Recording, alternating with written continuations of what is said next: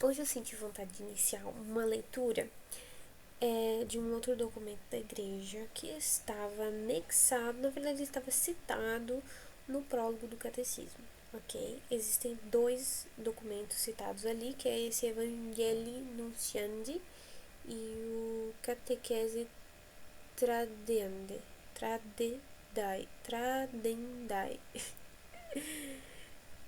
Enfim, e eu quero começar pelo Evangelii Nunciandi, tá? É uma exortação apostólica do Papa Paulo VI, tá? Então, a descrição aqui do início é a exortação apostólica Evangelii Nunciandi do Papa Paulo VI ao episcopado, ao clero, aos fiéis de toda a igreja sobre a evangelização no mundo contemporâneo. E me chamou bastante a atenção começar por essa, tá? Esse documento, por esse, mas essa exortação, né, no caso, por esse documento, são dois documentos bem longuinhos, diferente da Dei Verbum, né, e os outros que eu tinha lido, do início do Catecismo Promulgado e alguns outros documentos, outros dois documentos da igreja que eu li, que tem uma playlist aqui no canal. Mas me interessou bastante o tema, então eu vou ler uma parte e depois vou continuar a leitura. É bem menor, né? Uma leitura bem menor do que um livro mesmo, né? Só que eu quero muito ler esses dois documentos e já vou deixar aqui pro canal também. Veneráveis irmãos e diletos filhos, saúde e bênção apostólica. Introdução. O empenho em anunciar o Evangelho aos homens do nosso tempo, animados pela esperança, mas ao mesmo tempo torturados muitas vezes pelo medo e pela angústia, é sem dúvida alguma um serviço prestado à comunidade dos cristãos, bem como a toda a humanidade. É por isso que a tarefa de confirmar os irmãos que nós recebemos do Senhor com o munus do sucessor de Pedro, e que constitui para nós cada dia um cuidado solícito, um programa de vida e de atividade e empenho fundamental no nosso pontificado. Tal tarefa afigura-se-nos ainda mais nobre e necessária quando se trata de reconfortar os nossos irmãos na missão de evangelizadores, a fim de que nestes tempos de incerteza e de desorientação, eles a desempenhem cada vez com mais amor, zelo e alegria. Evocação de 3 acontecimentos. E é precisamente isso que nós intentamos fazer agora, no final deste ano santo, ao decorrer do qual a Igreja, ao procurar infatigavelmente anunciar o Evangelho a todos os homens, outra coisa não quis senão desempenhar-se do seu ofício de mensageira da boa nova de Jesus Cristo, proclamada em base a 2 lemas fundamentais: revesti-vos do homem novo e reconciliai-vos com Deus. Queremos fazer isso também neste 10º aniversário de encerramento do Concílio Vaticano II, cujos objetivos se resumem, em última análise, num só intento: tornar a Igreja do século XX mais apta para anunciar o Evangelho à humanidade do mesmo século XX. Queremos fazer isso ainda um ano depois da terceira Assembleia Geral do Sínodo dos Bispos, dedicado, como é sabido, à evangelização. E fazemo-lo também porque isso nos foi demandado pelos próprios padres sinodais. Efetivamente, ao concluir-se essa memorável assembleia, eles decidiram confiar ao pastor da Igreja Universal, com grande confiança e simplicidade, o fruto de todo o seu labor, declarando que esperavam do Papa um impulso novo, capaz de suscitar, numa igreja ainda mais arraigada na força e na potência imorredouras do Pentecostes, tempos novos de evangelização. Tema muitas vezes realçado no decorrer do nosso pontificado. Quanto a esse tema de evangelização, nós tivemos oportunidade em diversas ocasiões de realçar a sua importância, muito antes das jornadas do sínodo. Abre aspas, as condições da sociedade. Tivemos ocasião de dizer ao Sacro Colégio dos Cardeais, a 22 de junho de 1973, obrigam-nos a todos a rever os métodos, a procurar por todos os meios ao relance e a estudar o modo de fazer chegar ao homem moderno a mensagem cristã, na qual somente ele poderá encontrar a resposta às suas interrogações e a força para a sua aplicação de solidariedade humana. Fecha aspas. E acrescentávamos na mesma altura que, para dar uma resposta válida às exigências do concílio que nos interpelam, é absolutamente indispensável colocar-nos bem diante dos olhos um patrimônio de fé que a Igreja tem o dever de preservar na sua pureza intangível, ao mesmo tempo que o dever também de o apresentar aos homens do nosso tempo, tanto quanto isso é possível, de uma maneira compreensível e persuasiva. Na linha do Sínodo de 1974. Esta fidelidade a uma mensagem da qual nós somos os servidores e às pessoas a quem nós a devemos transmitir intacta e viva, constitui o texto central da evangelização. Ela levanta 3 problemas candentes que o Sínodo dos Bispos de 1974 teve constantemente diante dos olhos. O que é feito em nossos dias daquela energia escondida da boa nova suscetível de impressionar profundamente a consciência dos homens? Segundo, até que ponto e como é que essa força evangélica está em condições de transformar verdadeiramente o homem deste nosso século? Terceiro, quais os métodos que hão de ser seguidos para proclamar o Evangelho de modo que a sua potência possa ser eficaz?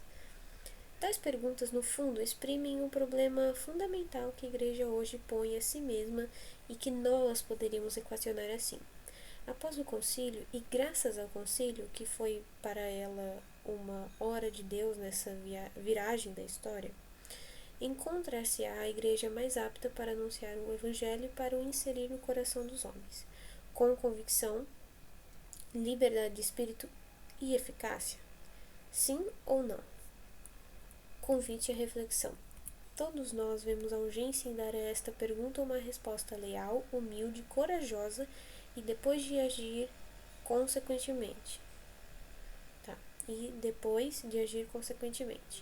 Com o nosso cuidado solícito de todas as igrejas, nós desejaríamos ajudar os nossos irmãos e filhos a responder a tais interpelações.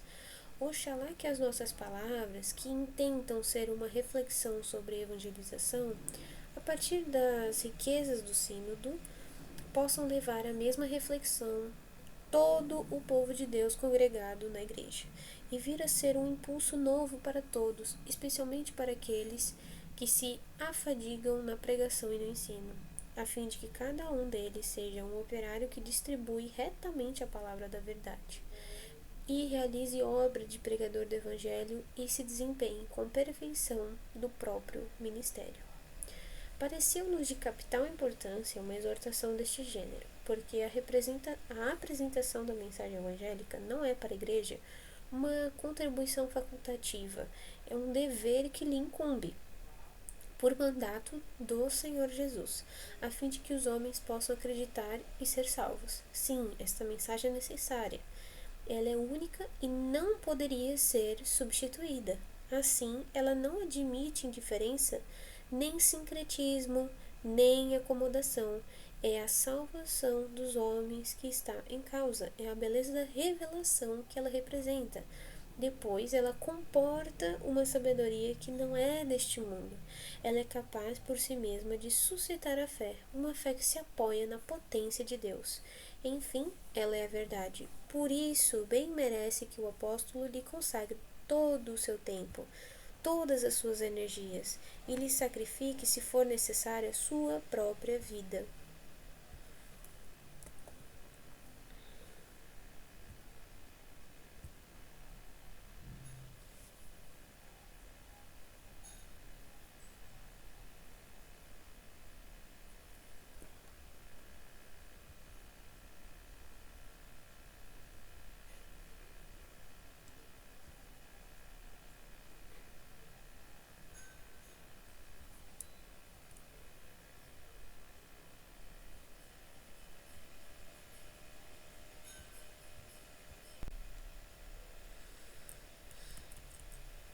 Primeiro, de Cristo evangelizador a uma igreja evangelizadora.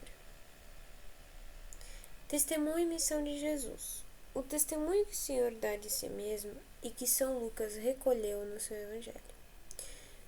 Eu devo anunciar a boa nova do reino de Deus. Tem sem dúvida nenhuma uma grande importância, porque define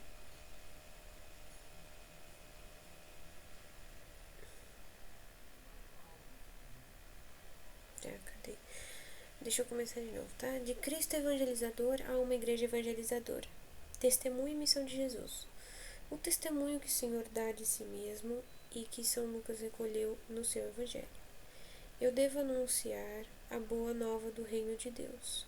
Tem sem dúvida nenhuma uma grande importância porque define, numa frase apenas, toda a missão de Jesus. Para isso é que fui enviado. Essas palavras assumem o seu significado pleno se confronta com os versículos anteriores, nos quais Cristo tinha aplicado a si próprio as palavras do profeta Isaías. O Espírito do Senhor está sobre mim, porque me ungiu para evangelizar os pobres, andar de cidade em cidade a proclamar, sobretudo aos mais pobres e muitas vezes os mais bem dispostos para o acolher, o alegre anúncio da realização das promessas e da aliança feitas por Deus. Tal é a missão para a qual Jesus declara ter sido enviado pelo Pai. E todos os aspectos do seu mistério, a começar da própria encarnação, passando pelos milagres, pela doutrina, pela convocação dos discípulos e pela escolha e envio dos 12, pela cruz até a ressurreição e a permanência da sua presença no meio dos seus, fazem parte da sua atividade evangelizadora. Jesus, o primeiro evangelizador. No decorrer do sínodo, muitas vezes os bispos lembraram esta verdade. O próprio Jesus, Evangelho de Deus, foi o primeiro e o maior dos evangelizadores. Ele foi isso mesmo até o fim, até a perfeição, até o sacrifício da sua vida terrena. Evangelizar.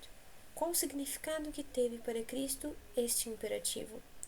Não é fácil, certamente, exprimir numa síntese completa o sentido, o conteúdo e os modos da evangelização, tal como Jesus a concebia e a pôs em prática. De resto, uma tal síntese jamais será uma coisa perfeitamente acabada. Aqui basta-nos a recordar alguns dos aspectos essenciais. O anúncio do reino de Deus. Como evangelizador, Cristo anuncia em primeiro lugar o reino de Deus, de tal maneira importante que, em comparação com ele, tudo mais passa a ser o resto que é dado por acréscimo. Só o reino, por conseguinte, é absoluto e faz com que se torne relativo tudo mais que não se identifica com ele. O Senhor comprazer-se-á se-ia em descrever, sob muitíssimas formas diversas, a felicidade de fazer parte deste reino, felicidade paradoxal, feita de coisas que o mundo aborrece. As exigências do reino e a sua carta magna, os arautos do reino, os seus mistérios, os seus filhos, e a vigilância e a fidelidade que se exigem daqueles que esperam o seu advento definitivo. O anúncio da salvação libertadora. Como núcleo e centro da sua boa nova, Cristo anuncia a salvação, esse grande dom de Deus que é a libertação de tudo aquilo que oprime o homem, e que é libertação sobretudo do pecado e do maligno, na alegria de conhecer a Deus e de ser por ele conhecido, de o ver e de se entregar a ele. Tudo isto começa durante a vida do mesmo Cristo e é definitivamente alcançado pela sua morte e ressurreição, mas deve ser prosseguido pacientemente no decorrer da história, para vir a ser plenamente realizado no dia da última vinda de Cristo, que ninguém, a não ser o Pai, sabe quando se verificará. À custa de um esforço de conversão. Este reino e esta salvação, palavras-chave da evangelização de Jesus Cristo, todos os homens os podem receber como graça e misericórdia, e, no entanto, cada um dos homens deve conquistá-los pela força. Os violentos apoderam-se dele, diz o Senhor, pelo trabalho e pelo sofrimento, por uma vida em conformidade com o Evangelho, pela renúncia e pela cruz, e, enfim, pelo espírito das bem-aventuranças. Mas, antes de mais nada, cada um dos homens os conquistará, mediante uma total transformação do seu interior, que o Evangelho designa com a palavra metanoia, uma conversão radical, ou uma modificação profunda dos modos de ver e do coração. Pregação infatigável. Cristo realiza esta proclamação do reino de Deus por meio da pregação infatigável de uma palavra da qual se diria que não tem nenhuma outra igual em parte alguma. Eis uma doutrina nova, ensinada com autoridade. Todos testemunhavam a seu respeito e admiravam-se das palavras cheias de graça que saíam de sua boca. Jamais alguém falou como este homem. As suas palavras desvendavam o segredo de Deus, o seu desígnio e a sua promessa, e modificavam, por isso mesmo, o coração dos homens e o seu destino. Também com sinais. Mas ele realiza igualmente esta proclamação com sinais inumeráveis que provocam a estupefação das multidões e, ao mesmo tempo, as arrastam para junto dele, para o ver, para o escutar e para se deixarem transformar por ele. Enfermos curados, água transformada em vinho, pão multiplicado e mortos que tornam a vida. Entre todos os demais, há um sinal a que ele reconhece uma grande importância. Os pequeninos, os pobres são evangelizados, tornam-se seus discípulos, reúnem-se em seu nome, na grande comunidade daqueles que acreditam nele. Efetivamente, aquele Jesus que declarava: eu devo anunciar a boa nova do reino de Deus, é o mesmo Jesus do qual o evangelista São João dizia que ele tinha vindo e devia morrer para congregar na unidade todos os filhos de Deus dispersos. Assim aperfeiçoou ele e a sua revelação, completando-a e confirmando-a com todas as manifestações da sua pessoa, com palavras e obras, com sinais e milagres, e, sobretudo, com a sua morte, com a sua ressurreição e com o envio do Espírito de verdade.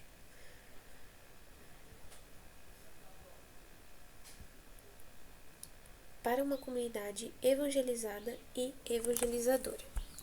Aqueles que acolhem com sinceridade a boa nova, por virtude desse acolhimento e da fé compartilhada, reúnem-se, portanto, em nome de Jesus, para conjuntamente buscarem o reino, para o edificar e para o viver.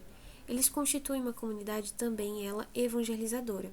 A ordem dada aos 12 e de pregar a boa nova continua a ser válida, se bem que de maneira diferente, também para todos os cristãos. É precisamente por isso que São Pedro chama estes últimos povo de sua particular propriedade, a fim de que proclameis as excelências daquele que vos chamou. Aquelas mesmas maravilhas que cada um pode fazer alguma vez escutar na sua própria língua. A boa nova do reino que vem e que já começou, de resto, é para todos os homens de todos os tempos. Aqueles que a receberam, aqueles que ela congrega na comunidade da salvação, podem e devem comunicá-la e difundi-la ulteriormente. Evangelização. Vocação própria da Igreja. A Igreja sabe o bem, ela tem consciência viva de que a palavra do Senhor, eu devo anunciar a boa nova do reino de Deus, se lhe aplica com toda a verdade. Assim, ela acrescenta de bom grado com São Paulo: anunciar o Evangelho não é título de glória para mim, é antes uma necessidade que se me impõe. Ai de mim se eu não anunciar o Evangelho. Foi com alegria e reconforto que nós ouvimos, no final da grande Assembleia de outubro de 1974, estas luminosas palavras. Não queremos confirmar uma vez ainda que a tarefa de evangelizar todos os homens constitui a missão essencial da Igreja. Tarefa e missão. Não, eu errei, meu Deus do céu. Nós queremos confirmar uma vez ainda que a tarefa de evangelizar todos os homens constitui a missão essencial da Igreja. Tarefa e missão que as amplas e profundas mudanças da sociedade atual tornam ainda mais urgentes. Evangelizar constitui de fato a graça e a vocação própria da Igreja, a sua mais profunda identidade. Ela existe para evangelizar, ou seja, para pregar e ensinar, ser o canal do dom da graça, reconciliar os pecadores com Deus e perpetuar o sacrifício de Cristo na Santa Missa, que é o memorial de sua morte e gloriosa ressurreição. Vitória.